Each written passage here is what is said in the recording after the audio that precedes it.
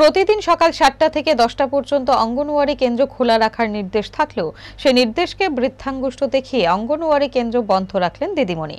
বৃহস্পতিবার এমনই একটি চিত্র ধরা পড়ল বিলোনিয়া মহকুমার পূর্ব কলাবাড়িয়া গ্রাম পঞ্চায়েতের গাছবাড়িয়া এলাকায়। এদিন সকাল থেকে বন্ধ গাছবাড়িয়া অঙ্গনওয়াড়ি কেন্দ্রটি। প্রাকৃতিক দুর্যোগের মধ্যেও শিশুরা অঙ্গনওয়াড়ি কেন্দ্রে এসে বন্ধ দেখে আবার বাড়ি চলে যাচ্ছে। কেন কি কারণে বন্ধ কেউ তা জানে না, অথচ অঙ্গনওয়াড়ি কেন্দ্রের দিদিমণি দীপিকা কুড়ি মালাকার এবং সহায়িকা অনিতা দে একই এলাকার বাসিন্দা। রেগার কাজ পরিদর্শনে এসে খবর পেয়ে অঙ্গনওয়াড়ি কেন্দ্রে ছুটে যান এলাকার পঞ্চায়েত সদস্য রীতা দাস মালাকার।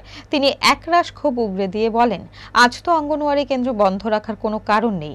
তিনি এই বিষয়টি পঞ্চায়েতে জানাবেন এবং পাশাপাশি ঊর্ধ্বতন কর্তৃপক্ষের নজরেও নেবেন বলে সংবাদ মাধ্যমের কাছে বললেন তিনি। রেগার কাজের সাইডে এসে দেখলাম যে অঙ্গনওয়াড়ি স্কুলটা বন্ধ। কি কারণে বন্ধ তো জানি না, ঠিক আছে।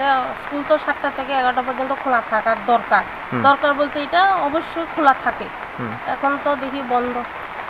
আপনি কটার সময় এসেছিলেন? আমি এখানে 8টার দিকে আসছি। মানে তখনও বন্ধ? তখনও বন্ধ। এখন তো প্রায় 9:30 বাজতে চলেছে, এখনো কি বন্ধ? বন্ধ।